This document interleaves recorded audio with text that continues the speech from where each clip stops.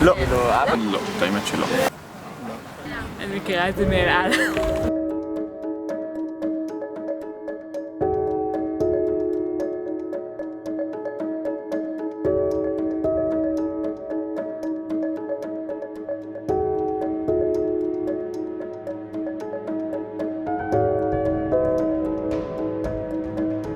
זקן שלי, ואני כמובן כמרי ערבי, כי אני ערבי.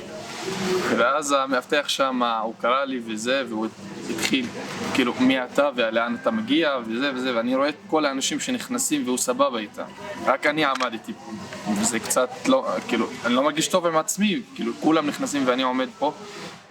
I was once walking in Jaffa Street, and they just stopped me and started searching in my pockets and in my stuff, and they were asking me, why are you here and what are you doing here? It's like they are sending a message that you should not be here, it's not your place.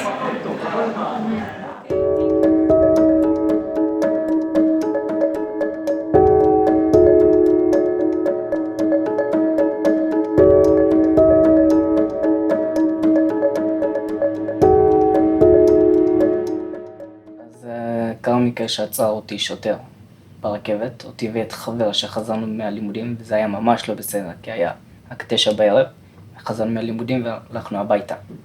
והסיבה היחידה שהוצא אותנו זה כי אנחנו ממוצא אתיופי וכי לא באנו לו טוב בעין. וכשהוא ביקש ממנו תעודות ודברים כאלה, פשוט זרמנו עם הקטע כדי לא להסתבך יותר, אז בסופו של דבר הוא שחרר אותנו בלי לעשות כלום. אבל זה לא סותר את העובדה שזה לא היה בסדר בכלל.